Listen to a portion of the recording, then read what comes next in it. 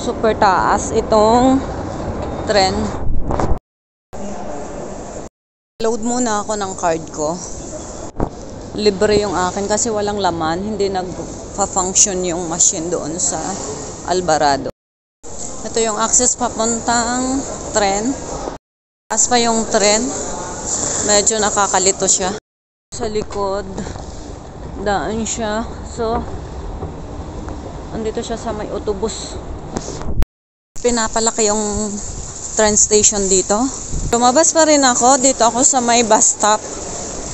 Then, pasok kami dito. Ticket area nila. May mga makina din sa labas. Dito pa yung access niya. As in, umikot ka. Kung metro ang ginamit mo, iikot ka. Pero kung bus, dito ka bababa sa may bus stop, bus station.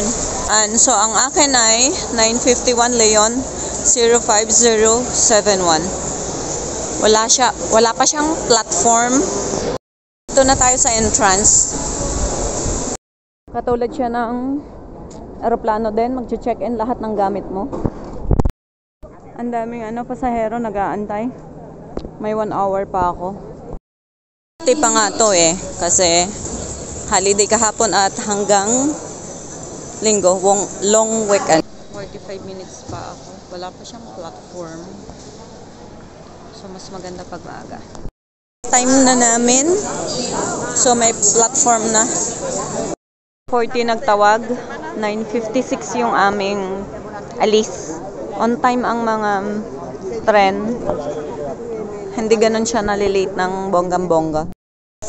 Nakahilera yung mga tren. Ito yung mga high speed. Ito yung mga mabibilis talaga siya. 2 hours and 5 minutes yung biyahe namin from Madrid to Leon. Ito yung sasakyan namin. Yung ibang tren, 12 bagon or 10 bagon ang mga high speed.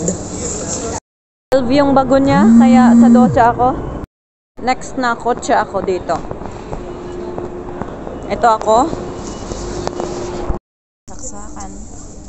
Ganda yung pwesto ko kasi malaki yung space at saka komportable kasi wala sa likod ko.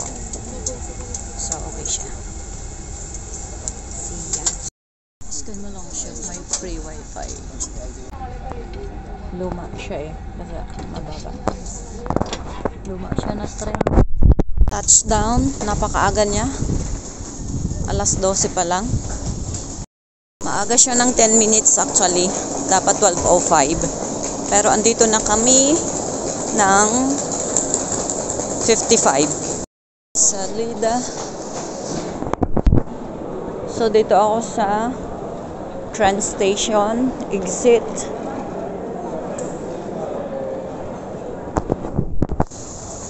May taxi dito sa labas. Then, may bus. I don't know how much sa bus. 10 minutes kung walking. 11 minutes kung bus. Maglakad tayo. Kind of windy. Medyo malamig siya. Pero may extra ako na jacket kung hindi kaya.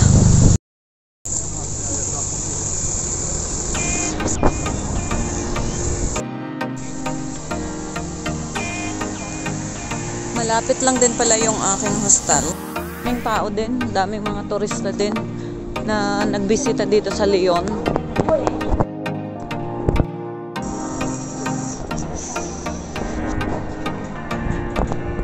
Super lapit lang pala talaga ako, pati yung hostel ko.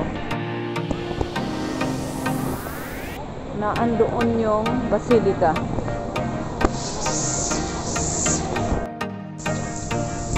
Ganda ng mga building ni Gaudi.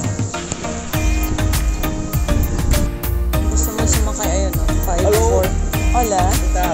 Todo 6 minutes na lang at sa hostel na tayo. Dito ako sa loob.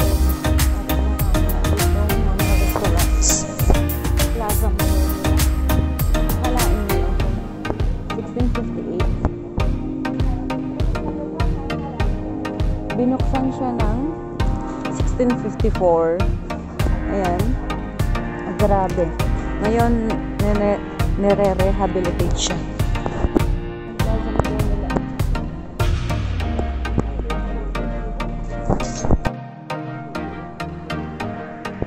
Ang bigat.